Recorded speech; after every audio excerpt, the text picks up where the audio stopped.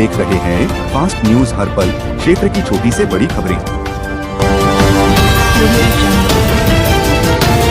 यह जो जगह आप देख रहे हैं वह राजिम क्षेत्र में जो सेवा का विस्तार हुआ, ये राजिम से महज 10-12 की दूरी पर स्थित ग्राम धूमा है, जहाँ प्रजापिता ब्रह्मा कुमारी ईश्वर विश्वविद्यालय में जो ज्ञान दिए जाते हैं, ज्ञानों की शिक्षा दिए जाते हैं, उनका इस जो दो देख रहे हैं मकान, वहाँ से प्रारंभ हुआ। और भाई लोग यहाँ से, भाई बहन यहाँ से ईश्वरीय ज्ञान प्राप्त कर अपना जीवन बहुत ही सुंदर और रमणीक बनाया और जीवन जीने की कला सिखाया। आइए भाई लोग जानते हैं किस तरह से यहाँ पे इन्होंने यह ज्ञान योग की शिक्षा प्राप्त की और किस तरह से आगे बढ़े।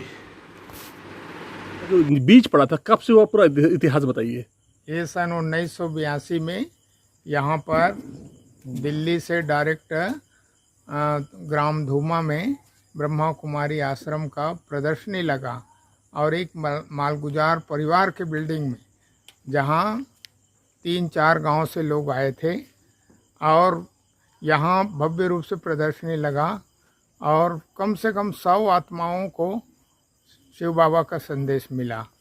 और उस संदेश से बहुत अनन्य रतन बच्चे जो नियम धारणा युक्त मना बाबा की यज्ञ में समर्पित मना लगन से सेवा किया और सेवा करके इस ज्ञान का बहुत जोर शोर से प्रसार किया और प्रसार करते करते 1000 आत्मा तैयार किया और 1000 आत्मा तैयार करके फिर बड़ों की परमिशन लेकर के फिर बड़ी जगह सेंटर का निर्माण के लिए योजना बनाए।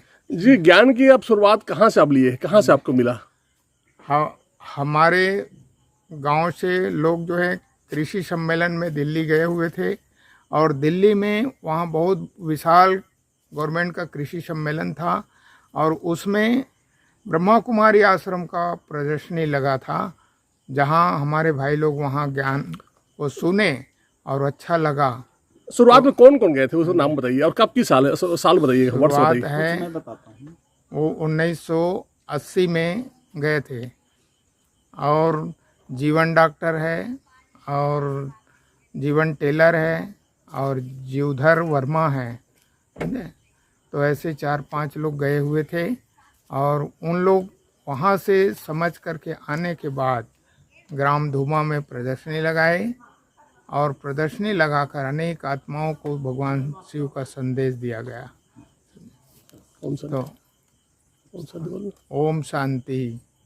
न्यू पड़ा यहाँ पे वरिष्ठ भाई बहनों का आना कैसा रहा, बताइएगा।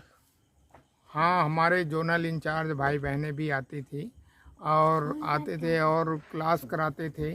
बहुत उमंग उनको यहाँ तो ऐसा बीच में गलियों में कीचड़ न हुआ, तो कैसे लाते थे उसको? फिर बैलगाड़ी से बिठा के लाते थे। उस समय कोई साधन नहीं होता था।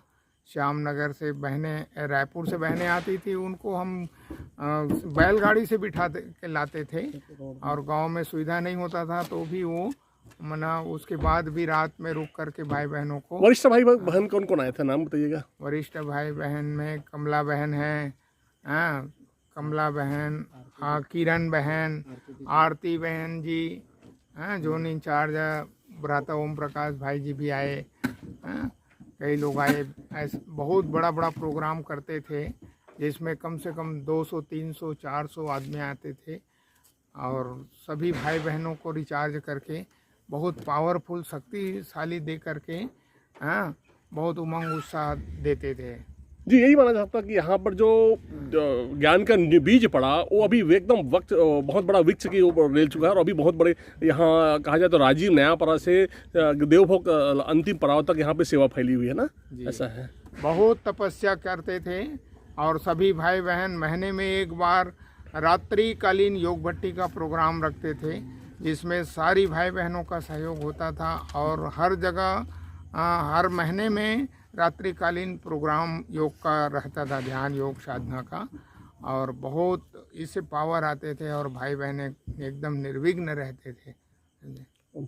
ओम शांति भाई। यहाँ आपके जो हमको जानकारी मिला कि यहाँ से ज्ञान प्रारंभ हुआ राजिम क्षेत्र में, तो इसका इतिहास बताइए, किस तरह से ज्ञान प्राप्त किया और किस तरह से आप लोग सेवा किए? ओम शांति। ये 19 1981 की बात है, 1981 की बात है, जब मैं बिल्कुल छोटा था, बालक था। लेकिन अध्यात्म से रुचि रखने की वजह से मैं अपनी माताजी के पीछे पीछे आ गया। माताजी एक्चुअल में उस समय पता चला कि वर्मा परिवार ग्राम धूमा में बहुल होने की वजह से तो यहाँ पर एक नया ज्ञान निकला। एक्चुअल में हम लोग इसके पहले कबीरपंथ से जुड़े हुए थे, तो एक नया ज्ञान मिला, तो उसके प्रदर्शनी का एक रूप लेकर के इस ज्ञान को बताने का एक प्रोग्राम बनाया था। इसको ग्राम धूमा का एक बाड़ा के रीति से जाना जाता था। का एक बाड़ा था जो दिखने में एक्चुअल में एक राजाओं की जैसे कि रजवाड़ा होता उस तरह से था। चारों तरफ मकान थे, बीच में आंगन था, उसमें प्रदर्शनी लगे हुए थे। इस क्षेत्र का पहला प्रदर्शनी, और उस प्रदर्शनी में हमारे दिल्ली से जो 1981 में दो दिल्ली से कृषि महासम्मेलन से आए हुए भाइयों के द्वारा आयोजन किया गया था। एक नया ज्ञान, एकदम अद्भुत ज्ञान। और इस ज्ञान को जैसे लोग सुने, लोग तो जैसे कि समा में परवाने में जैसे समा की तरह लोग चिपक गए, और इस ज्ञान को लेकर के परिवार के साथ एक साथ निकलने पड़े। इस ज्ञान मार्ग में चलने के लिए किसी प्रकार की कठिनाइयाँ हो या धारणा हो या खान पान की शुद्धि हो, किसी प्रकार की बिना परवाह किए सहज रीति से इस मार्ग में चल पड़े। बाबा कहते हैं मेरे स्कूल के बच्चे होंगे जो कहीं से भी झट से आ जाएंगे।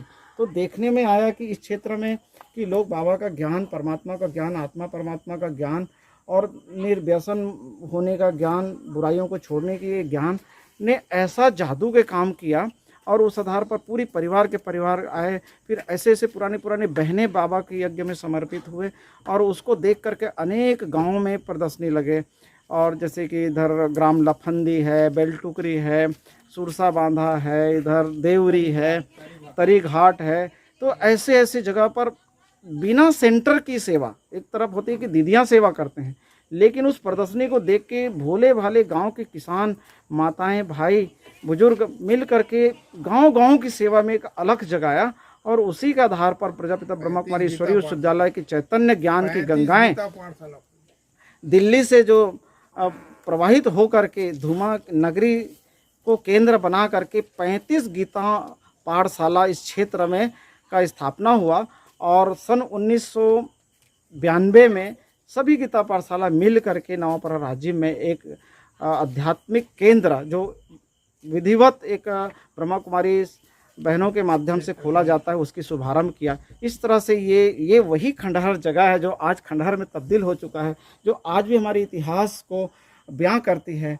ऐसी जगह जो आज तो महल की रीति से नहीं है, लेकिन यहाँ से यज्ञ की शुरुआत यहीं से हुआ था। शुरुआत यहाँ से हुआ, और एक खंडहर रूप में तब्दील होने के बाद ये कुछ अवशेष बचा है जो हमको एक जीता जागता प्रेरणा और इस जगह से कुछ सीखने का। और शुरुआत जब यहाँ गीता पाठ कितने भाई बहन आते थे यहाँ पर? शुरुआत में उस समय कम से कम 200-250 भाई बहने का एक संगठन था। यहाँ से चल के हम लोग इसके बाद प्रदर्शनी के बाद ग्राम इधर श्याम नगर है, वहाँ पर सामूहिक रीति से एक बहुत बड़ी गीता पाठशाला का जगह का केंद्र का निर्माण किया। और इस गांव से चल के सुबह 3 बजे रात से ठंडी पानी में मौसम विपरीत होते हुए भी रेगुलर एक भी दिन बिना गैप किए सारे भाई बहने एक दूसरे को जगाते थे, और एक जत्था बना करके, ग्रुप बना करके रेगुलर सुबह शाम संध्या काल क्लास, प्रातः काल क्लास, बिना कुछ विरोध के, बिना कुछ के, इतना उमंग उत्साह से, खुशी से, बालक से लेकर के जवान बूढ़े